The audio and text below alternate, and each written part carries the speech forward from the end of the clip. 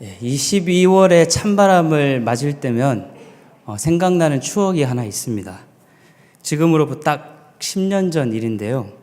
제가 청년 시절에 포항의 모교회로부터 파송을 받아서 캄보디아로 1년짜리 단기 선교를 간 적이 있습니다.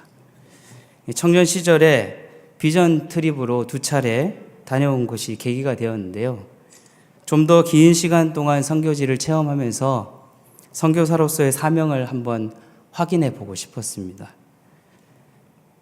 교회로부터는요, 항공료만 지원을 받았습니다.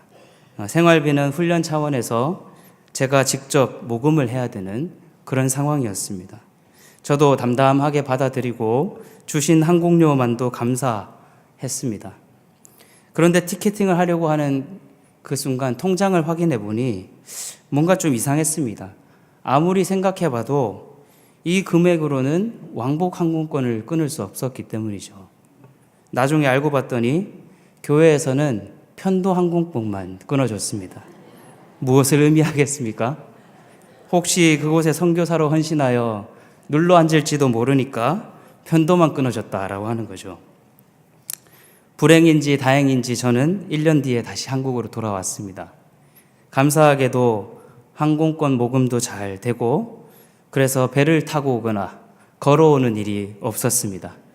지나고 보니까 하나님께서 저를 훈련시키셨다라는 그런 깨달음을 주셨죠.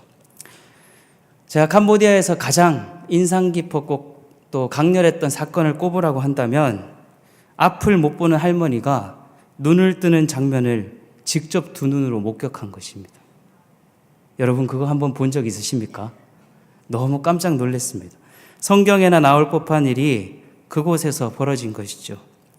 하와이에서 목회하시는 어떤 목사님이 이제 캄보디아를 방문하셨는데 그분이 이제 안수기도를 했더니 앞이 보이더라는 거죠. 그 후에 몇 개월이 지나서 그 마을을 홀로 다시 방문했습니다.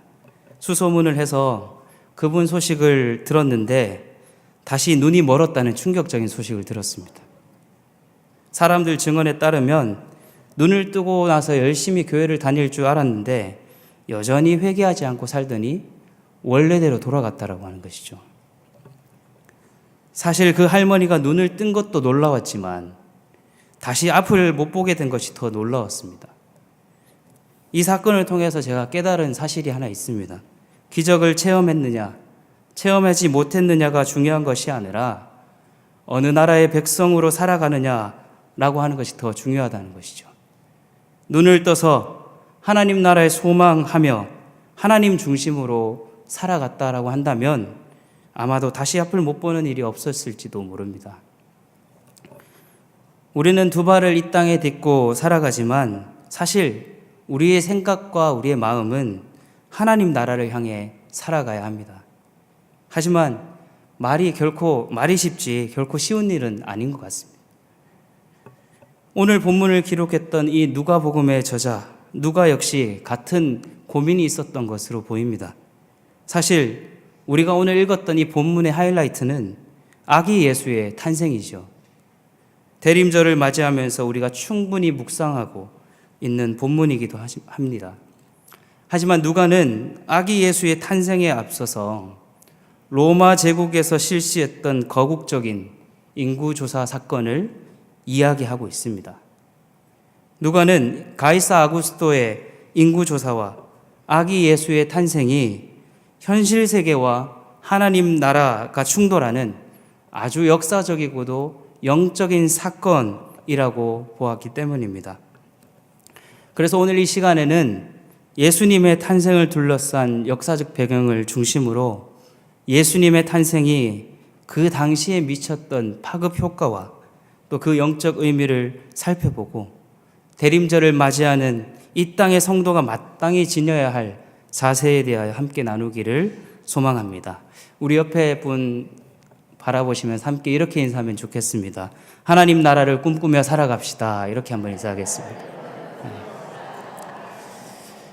오늘 읽은 말씀 1절의 말씀을 우리가 함께 다 같이 읽어봅니다. 화면 보시면서 1절 말씀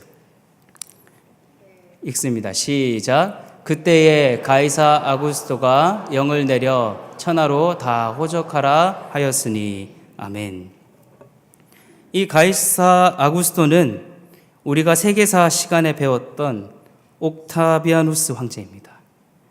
훗날 아우구스투스라는 칭호를 받게 되는데요.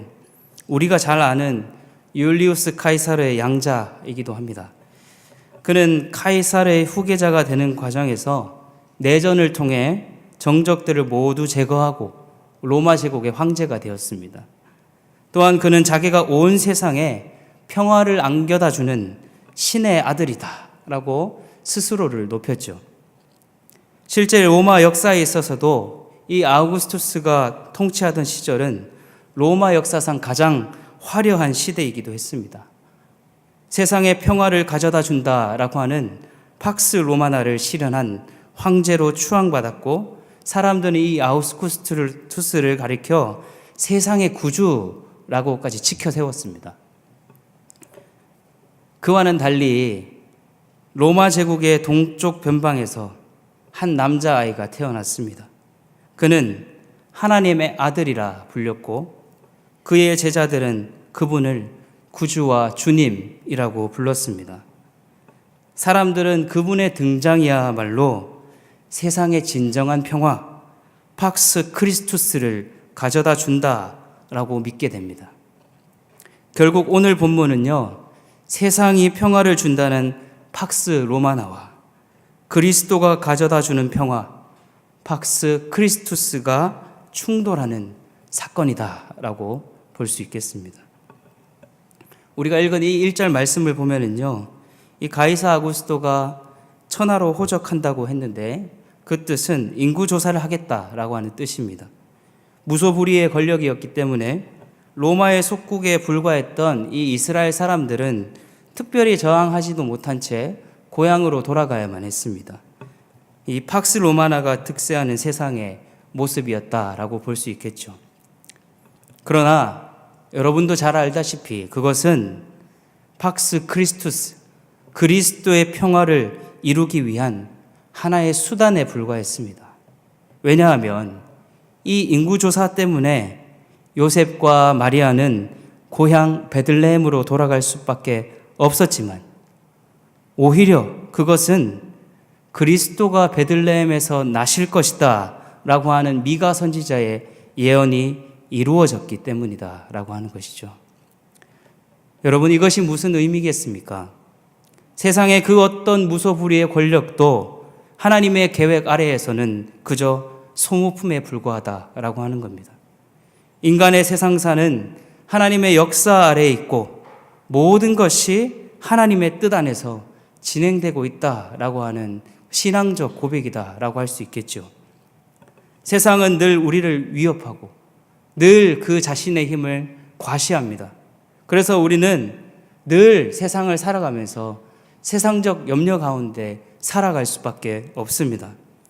특히 돈이라고 하는 이 만몬 앞에서 인간은 한없이 작아질 수밖에 없습니다.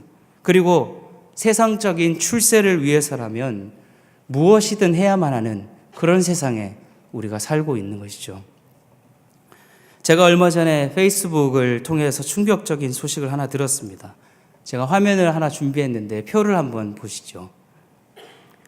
이 표는 잘 안 보이실 텐데 여론조사기관 GN컴 리서치에서 교인 900명 그리고 목회자 100명을 대상으로 학원 시간과 교회 예배 시간이 겹칠 때 자녀가 교회를 빠질 수도 있느냐라는 질문으로 설문조사를 한 결과입니다. 결과를 한번 보십시오. 이 설문에서 교회 중직자 61.8%가 빠질 수 있다라고 대답했습니다. 그리고 연령대로는 30대 부모 70.2%가 그렇다, 빠질 수 있다라고 응답했습니다. 공부가 교회에서 하나님을 밀어내고 참 신이 되어버렸습니다. 저도 청소년부를 담당하는 교육자로서 시험 기간이 되면 텅텅 비는 예배당을 보고 있느라면 과연 우리 아이들이 고백하는 하나님은 어떤 분일까라는 생각을 어쩔 수 없이 하게 됩니다. 물론 이것이 단순히 부모의 잘못도 아니고 명백하게 아이들의 잘못도 아닙니다. 세상 문화가 그렇게 만들어 버렸기 때문이죠. 그렇다면 이러한 현실 가운데서 그렇다면 우리는 어떻게 해야 될까요? 결국에는 신앙적 결단이 필요합니다. 제가 오늘 청소년 부서에서 교사들과 사전에 협의를 하고 설교 중에 한 가지 결단을 촉구했습니다. 우리가 토요일은 신앙훈련을 하는 날로 하자. 그리고 주일은 온전히 하나님께 예배를 드리는 날로 정하자. 그래서 주일에 몰려 있었던 찬양대, 찬양팀 연습을 토요일로 분산시키고 새로 시작하는 묵상학교, 기도회 그런 것들 통해서 우리가 영적인 훈련을 한번 해보자라고 신앙적 결단을 촉구했습니다. 그러나 이것 또한 결코 쉬운 일은 아닙니다. 토요일에 학원 가는 아이들도 있고 평일에 열심히 공부한 친구들은 토요일만큼은 쉬고 싶은 아이들도 있기 때문이죠. 그러나 어쩌면 우리 아이들의 신앙이 더 이상 뒷걸음치지 못하도록 우리가 취할 수 있는 최선의 방법이 아닐까 생각합니다. 결국 우리가 해야 될 일은 돈과 출세가 보장해주는 세상의 평화가 아니라 하나님의 아들 예수 그리스도를 통해 주어지는 참된 평화를 바라보는 것인 줄 믿습니다. 그리스도를 통해 주어지는 평화를 바라보며 예수님의 가르침과 예수님의 가치관에 따라 살아가시는 저와 여러분이 되기를 간절히 소망합니다. 이 시간 옆에 분과 다시 한번 인사하겠습니다. 예수 그리스도를 바라봅시다. 이렇게 한번 인사하겠습니다.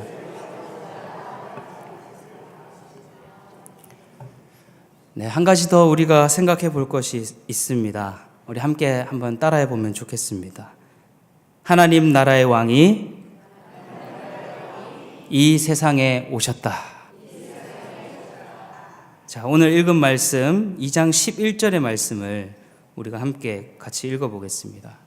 시작. 오늘 다윗의 동네에 너희를 위하여 구주가 나셨으니 곧 그리스도 주시니라. 아멘. 여러분, 신에 대해서 여러 가지 입장을 가진 사람들이 있습니다. 무신론자가 있고요. 또 유신론자 있고 또 이신론자라고 하는 사람들도 있습니다. 먼저 무신론자는 신이 없다라고 여기는 사람들이죠. 그리고 우리들처럼 하나님이 계십니다라고 고백하는 사람들을 가리켜서 유신론자라고 이야기합니다. 그와는 달리 이신론자라고 불리는 사람들이 있습니다. 이 사람들은 그 사람들이 주장하는 것은 하나님이 세상을 창조해 놓으시고 그냥 만들어 놓으시고는 이제 전혀 신경을 쓰지 않는다라고 주장을 하는 것이죠.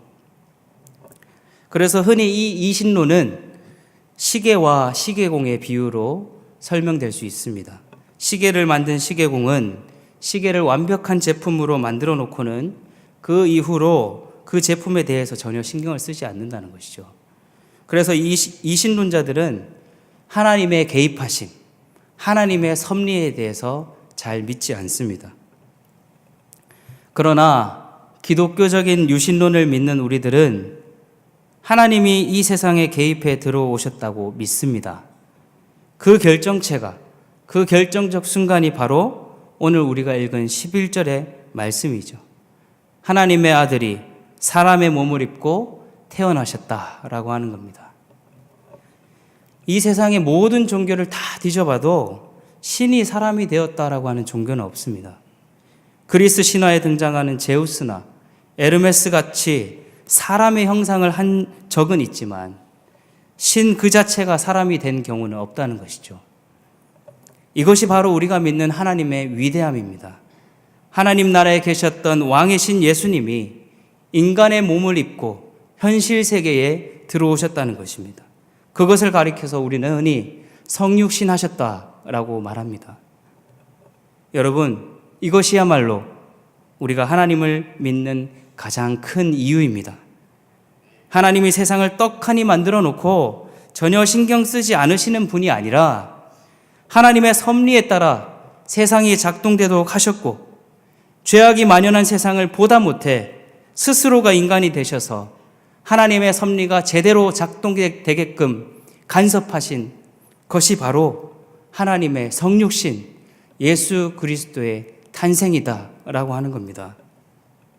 만일 하나님이 우리의 뜻을 모르고 전혀 관심도 없으신 분이라고 한다면 우리는 그런 하나님을 믿을 필요가 없습니다. 그러나 하나님은 아기 예수의 몸으로 오셨고 또 부활하신 이후로는 우리에게 보혜사 성령을 주셨습니다. 이것이 바로 우리가 하나님의 아들 예수 그리스도를 믿는 이유인 것입니다.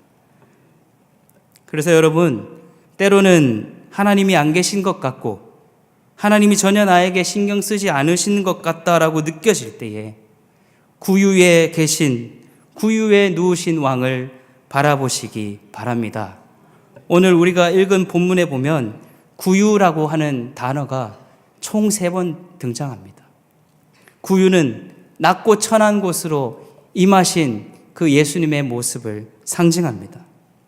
저 높은 하늘에서 참다 못해 우리 사람들을 위하여 자신의 아들을 보내신 그 하나님의 마음을 구유를 바라보며 다시금 떠올리시기를 부탁드립니다. 예수님께서 이 땅에 태어나신 지 약 300년 후에 세상은 뒤바뀌었습니다. 313년에 밀라노 칙령이라는 사건을 통해서 팍스 로마나가 지배하던 그 세상은 이제 팍스 크리스투스가 되었습니다. 기독교는 로마의 공식 국교가 되었고 로마 황제는 그리스도인이 되었습니다. 그 철옹성 같던 세상 권세가 그리스도 앞에 무릎을 꿇었고 예수 그리스도는 참된 세상의 구주가 되셨습니다. 사랑하는 여러분, 대림절을 어떤 마음가짐으로 보내고 계십니까? 세상 권세보다 초라한 모습으로 오셨지만 결국에는 세상 권세를 누르고 승리하신 그 주님을 묵상하는 대림절 되시기를 축복합니다. 그리고 지금 이 순간 신앙적 결단이 필요한 분들에게 강력하게 요청합니다. 그것이 무엇이든 간에 세상의 기준이 아닌 하나님의 기준으로 결단하시고 그 결단을 통하여 여러분의 신앙이 한 단계 진일보하시기를 축복합니다. 연말연시 각 기관별로 또 각 부서별로 다들 정신이 없으실 줄 압니다. 내년도 목표를 세우시면서 또 각 기관 임원을 맡으신 분들 그리고 새롭게 시작하는 그 마음이 보다 본질적인 그리스도의 가치관으로 다시금 정립되시기를 축복합니다. 구유에 누우신 왕은 너무 초라해 보이고 무기력해 보였지만 마침내 이 땅에 참된 평화를 가져다 주신 왕 중의 왕이 되셨습니다. 지금 이 순간 우리의 무기력하고 나약한 모습에 좌절하지 마시고 그리스도께서 걸어가신 그 길을 묵묵히 걸어가심으로 마침내 승리하시는 저와 여러분 되기를 간절히 소망합니다. 아멘. 함께 기도하겠습니다. 하나님 아버지, 대림절 셋째 주일을 보내고 있습니다. 팍스 로마나가 지배했던 그 세상을 팍스 크리스투스, 그리스도의 참된 평화의 세상으로 바꾸어 주신 주님을 찬양합니다. 우리의 삶을 돌아보며 여전히 세상적 가치관이 지배하고 있는 부분들을 돌아보게 하시고 신앙적 결단을 통하여 다시금 하나님 나라의 가치관으로 살아갈 수 있도록 변화받는 우리 모두가 될 수 있도록 인도하여 주옵소서. 낮고 천한 구유로 오신 그 왕이신 예수님을 바라볼 때마다 우리 하나님이 우리를 위하여 이 땅에 오셨음을 늘 기억하는 우리 모두가 되게 하여 주시옵소서. 감사드리며 모든 말씀 예수님의 이름으로 기도드립니다. 아멘.